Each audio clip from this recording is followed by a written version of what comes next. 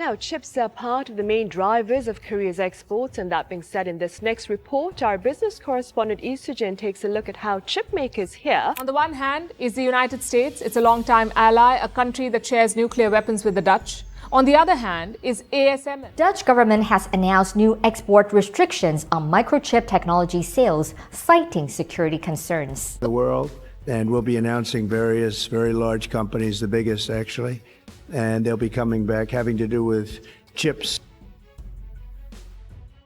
In a quiet corner of Europe, the Netherlands just made a move that has stunned Washington and left Brussels scrambling. It wasn't a protest, a speech, or even a tweet. It was a single calculated action that sent ripples through tech industries, energy markets, and global alliances alike.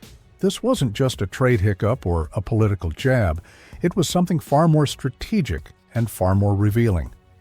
While some are calling it bold, others are calling it a wake-up call. And tucked inside this international twist is one detail so critical it might just change the future of innovation itself. So what exactly did the Netherlands do, and why did it catch everyone off guard? Let's unravel the move that's got the world talking. The Netherlands' alleged sudden move to slam the brakes on ASML's exports shook the global tech and economic scene. ASML, the Dutch crown jewel and the world's only supplier of advanced extreme ultraviolet EUV lithography machines, plays a critical role in semiconductor manufacturing. These machines are essential for producing cutting-edge chips used in everything from smartphones to military hardware. By cutting off access to this technology, the Netherlands didn't just disrupt a supply chain, they flipped the table on global expectations around tech cooperation and trade.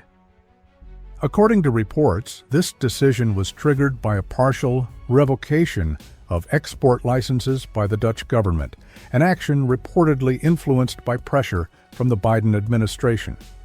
The original shipment, intended for customers in China, was blocked just before it left port, signaling how tightly export control is now entangled with global politics.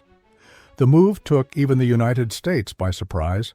While Washington had long been used to a constant flow of cutting-edge technology from allies, it now had to confront a glaring hole in its semiconductor strategy.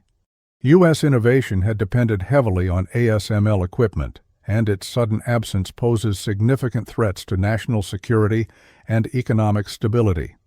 The Netherlands, traditionally viewed as a trusty and cooperative ally, has made it abundantly clear that even trusted allies might take bold, uncooperative actions when national interest is at stake.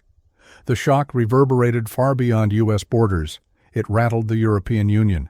The EU, a bastion of collaboration with economic policies and internal solidarity, has been put into disarray by this unilateral act of the Netherlands.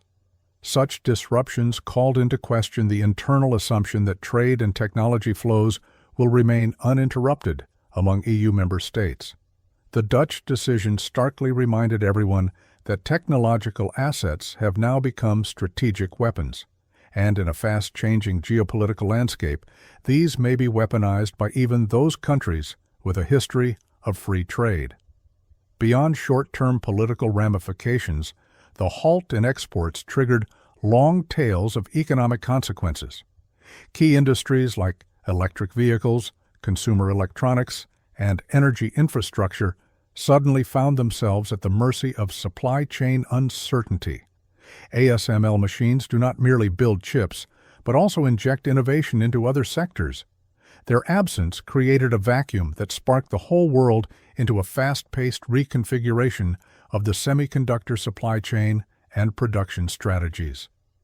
The Netherlands had spoken, and the world had better listen. For decades, the country was known for its open trade policies and strong ties with Western allies. But by unilaterally halting exports of its most advanced semiconductor manufacturing machines, the Dutch government made a bold statement. Technological superiority isn't just an asset, it's leverage.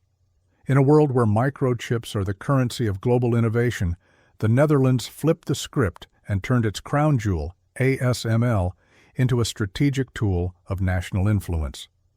The export halt, which ASML said was due to a change in licensing, was reportedly linked to U.S. efforts to tighten control over tech transfers to China.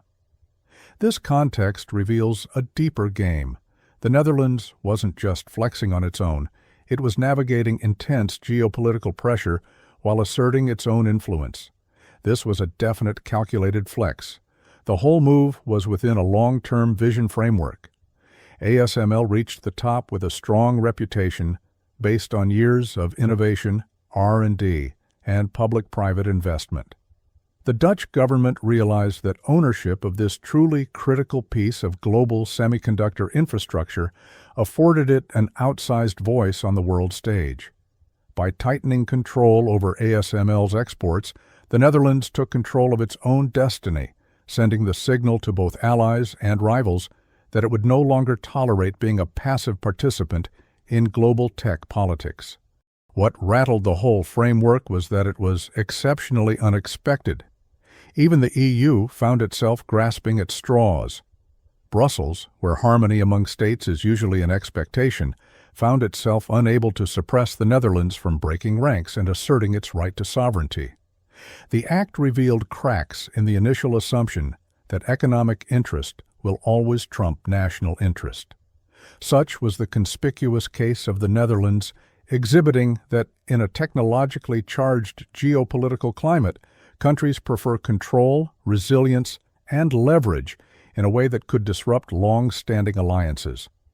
The Netherlands was making the point that it is not just about economic development, but rather national leverage in controlling advanced technology for semiconductor manufacturing. The ability to deny access to next-gen chip manufacturing equipment put the Dutch in a position to exert some influence that went beyond the boardroom and into the circles of international back-channel politics. It set a precedent for how smaller nations with critical technologies can stand head-to-head with superpowers. The Netherlands just gave a lesson on how to play hardball in a world where innovation has become the new battlefield. The Netherlands' decision to halt ASML exports didn't just stun the U.S., it rocked the European Union to its core. Brussels, long accustomed to consensus-driven policy and internal economic alignment, was blindsided by one of its own members acting unilaterally. The Dutch move went against the grain of the EU's collaborative approach to major trade and tech decisions, revealing deep vulnerabilities in the bloc's assumptions about internal solidarity and mutual interest. Simply put, no one in the EU saw it coming, and the aftershocks hit hard. Adding to the surprise was the fact that this decision wasn't purely domestic. It was partially driven by U.S. export control rules, revealing how external influence can fracture even the most integrated unions. The Netherlands found itself torn between EU economic norms and U.S. geopolitical strategy, and chose the latter. Even for a union built on shared goals, this was a wake-up call. The Netherlands, known for playing nice within the EU framework, suddenly asserted its national interests with zero warning. By leveraging ASML, a vital piece of the global semiconductor supply chain, as a geopolitical bargaining chip, the Dutch showed that member states aren't afraid to break ranks when the stakes are high enough. The move revealed that even within tight-knit alliances, strategic assets can be pulled off the table when sovereignty takes center stage. This Dutch decision made EU leaders scramble not only to comprehend its motivations, but also to reassess their own strategies towards technology. A long-term plan for many European businesses and governments had depended on relative predictability involving intra-union cooperation. Now, with one big player going rogue, these plans found themselves in jeopardy. The shock also led the EU to see a troubling reality. Unity in tech geopolitics is not a given.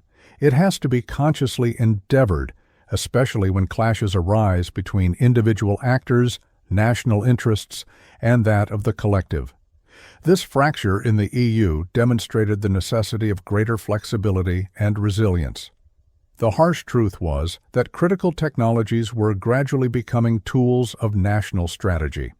The Netherlands made it clear that it would prioritize control over ASML above established norms of alliance behavior. This sent one extremely loud signal, not only to Brussels, but around the world. Even in hegemonic arrangements, the rules can shift overnight when a member state considers its strategic edge too valuable to share. The EU was left high and dry, and now it's racing to catch up. The Netherlands' decision also sent an immediate chill through the electric vehicle industry, a sector that's become synonymous with innovation and the clean energy future. EVs depend heavily on high-performance semiconductors to power critical systems, from battery management and propulsion to autonomous driving and safety tech. ASML's advanced lithography machines are essential in producing these next-gen chips, and without them, the entire EV supply chain faces serious slowdowns and bottlenecks. China, one of the largest EV producers and a key customer for ASML's machines, was among those affected by the license revocation. While ASML downplayed the immediate financial impact, the EV world took it seriously.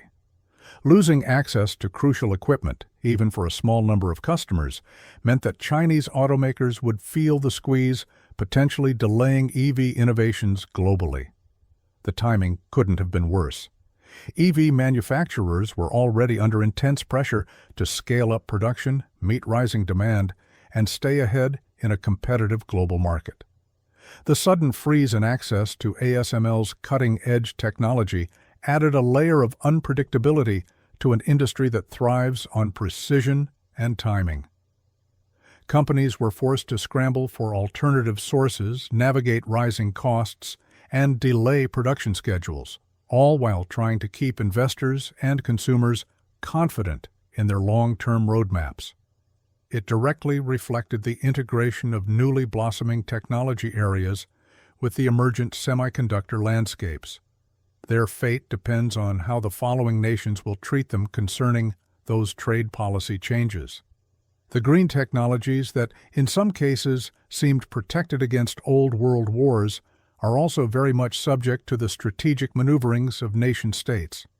Just with one export restriction, the Dutch government reminded the world that technological dependence comes with serious strategic risk. Under the conditions created by the newly emerging recession, the industry heads started rethinking their whole supply chain strategies. Chip independence and alternative sources of semiconductor proliferation became the new focal points. So governments have started looking to localize manufacturing and invest in domestic R&D, as well as diversify supplier relationships. There's a simple message here. The electric vehicle revolution must surely be multi-sourced, for failure, however advanced, as demonstrated by the repeated magnifying glass effects created by the shock that has presently put such vehicles on suspension.